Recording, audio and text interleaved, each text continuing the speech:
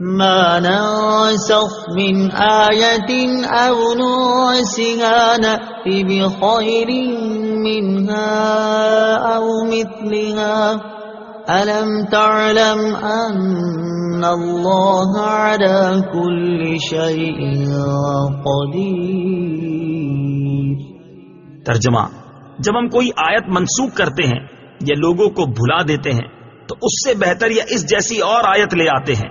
اے مخاطب، کیا تجھے معلوم نہیں کہ اللہ ہر شے پر قادر ہے؟ ما ننسخ، ہم جو منسوخ فرمائیں۔ تفسیر صراط الجنان میں ہے نسخ کا معنی ہے سابقہ حکم کو کسی بعد والی دلیل شرعی سے اٹھا دینا، اور یہ حقیقت میں سابقہ حکم کی مدت کی انتہا کا بیان ہوتا ہے۔ اس آیت کا شان نزول یہ ہے کہ قرآن کریم نے گزشتہ شریعتوں اور کتابوں کو منسوخ فرمایا تو کفار کو بڑی وحشت ہوئی اور انہوں نے اس پر اعتراضات کیے۔ اس پر یہ آیت مبارکہ نازل ہوئی اور بتایا گیا کہ منسوخ بھی اللہ تعالیٰ کی طرف سے ہے اور ناسخ بھی، دونوں عین حکمت ہیں، اور ناسخ کبھی منسوخ سے زیادہ آسان اور نفع بخش ہوتا ہے، لہذا قدرت الہی پر یقین رکھنے والے کو اس میں تردد کی کوئی گنجائش نہیں۔ کائنات میں مشاہدہ کیا جاتا ہے کہ اللہ تعالیٰ دن سے رات کو، گرما سے سرما کو، جوانی سے بچپن کو، بیماری سے تندرستی کو، بہار سے خزاں کو منسوخ فرماتا ہے۔ یہ تمام نسخ و تبدیل اس کی قدرت کے دلائل ہیں، تو ایک آیت اور ایک حکم کے منسوخ ہونے میں کیا تعجب؟ نسخ حقیقت میں سابقہ حکم کی مدت کا بیان ہوتا ہے کہ وہ حکم اس مدت کے لیے تھا اور اب وہ مدت پوری ہو گئی، صرف یہ تھا کہ ہمیں وہ مدت معلوم نہ تھی اور ناسخ کے آنے سے معلوم ہو گئی۔ کفار کا اعتراض تو جہالت و ناسمجھی کی وجہ سے تھا، لیکن اہل کتاب کو تو کسی بھی صورت یہ اعتراض نہیں کرنا چاہیے تھا، کیونکہ حضرت آدم علیہ السلام کی شریعت کے بہت سے احکام تو وہ بھی منسوخ مانتے ہیں، جیسے بہن بھائی کا آپس میں نکاح۔ یوں ہی یہودیوں سے پہلے ہفتے کے دن دنیاوی کام حرام نہ تھے، ان پر حرام ہوئے۔ نیز توریت میں ہے کہ حضرت نوح علیہ السلام کی امت کے لیے تمام جانور حلال تھے، جبکہ حضرت موسیٰ علیہ السلام پر بہت سے حرام کر دیے گئے۔ ان تمام چیزوں کے ہوتے ہوئے نسخ کا انکار کس طرح ممکن ہے؟ نسخ کے چند احکام۔ نمبر 1، جس طرح کوئی آیت دوسری آیت سے منسوخ ہوتی ہے، اسی طرح حدیث متواتر سے بھی آیت منسوخ ہوتی ہے۔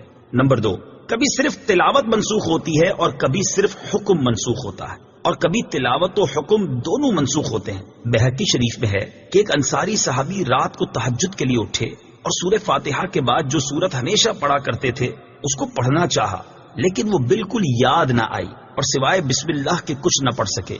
صبح کو دوسرے اصحاب سے اس کا ذکر کیا تو ان حضرات نے فرمایا ہمارا بھی یہی حال ہے، وہ سورت ہمیں بھی یاد تھی اور اب ہمارے حافظے میں بھی نہ رہی۔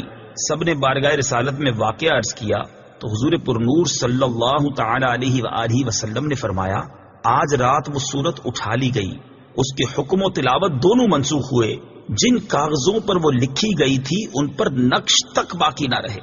نأتی بخیر، ہم بہتر لے آئیں گے۔ تفسیر صراط الجنان میں ہے فرمایا کہ ہم کسی آیت کو منسوخ فرما دیں یا بھلا دیں تو اس کی جگہ زیادہ آسان اور زیادہ ثواب والا یا کم از کم پہلے والے حکم کے برابر حکم لے آئیں گے۔ پہلے سے زیادہ سہولت والے کی مثال ہے جیسے پہلے 10 گنا تک کے لشکر سے جہاد کا حکم تھا، پھر صرف 2 گنا تک کے لشکر سے جہاد میں ڈٹے رہنے کا حکم نازل ہوا۔ زیادہ ثواب کی مثال ہے جیسے پہلے ایک قول کے مطابق روزے کی طاقت رکھنے والے کو بھی فدیہ دینے کی اجازت تھی، لیکن بعد میں اس پر روزے کا حکم ہی متعین کر دیا جو فدیہ سے زیادہ ثواب والا حکم ہے۔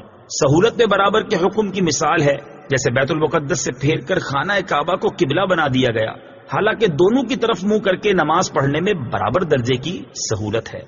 أَلَمْ تَعْلَمْ أَنَّ اللَّهَ لَهُ مُلْكُ السَّمَاوَاتِ وَالْأَرْضِ وَمَا لَكُم مِّن دُونِ اللَّهِ مِن وَلِيٍّ وَلَا نَصِيرٍ۔ ترجمہ: کیا تجھے معلوم نہیں کہ آسمانوں اور زمین کی بادشاہی اللہ ہی کے لیے ہے اور اللہ کے مقابلے میں تمہارا نہ کوئی حمایتی ہے اور نہ ہی مددگار؟ لہو ملک، اسی کی بادشاہی ہے۔ تفسیر صراط الجنان میں ہے اللہ تعالیٰ کو اختیار ہے کہ اپنے ملک میں جو چاہے جب چاہے قانون جاری کرے۔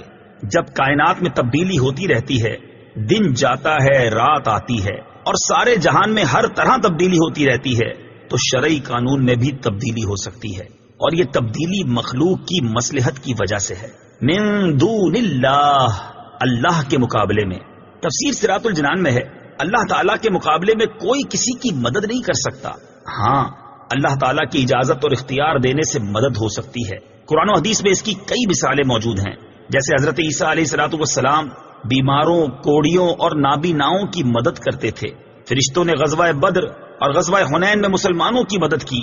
حضرت سلیمان علیہ نبینا علیہ الصلوۃ والسلام کے وزیر نے تخت بلقیس لا کر مدد کی. نبی کریم علیہ الصلوۃ والسلام نے سینکڑوں مرتبہ صحابہ کرام علیہم رضوان کی کھانے پینے، بیماریوں اور پریشانیوں میں مدد کی. حضور غوث پاک رضی اللہ تعالی عنہ اور اولیاء کرام رحمت اللہ تعالی علیہم کا مدد کرنا لاکھوں لوگوں کے تجربات اور تواتر سے ثابت ہے.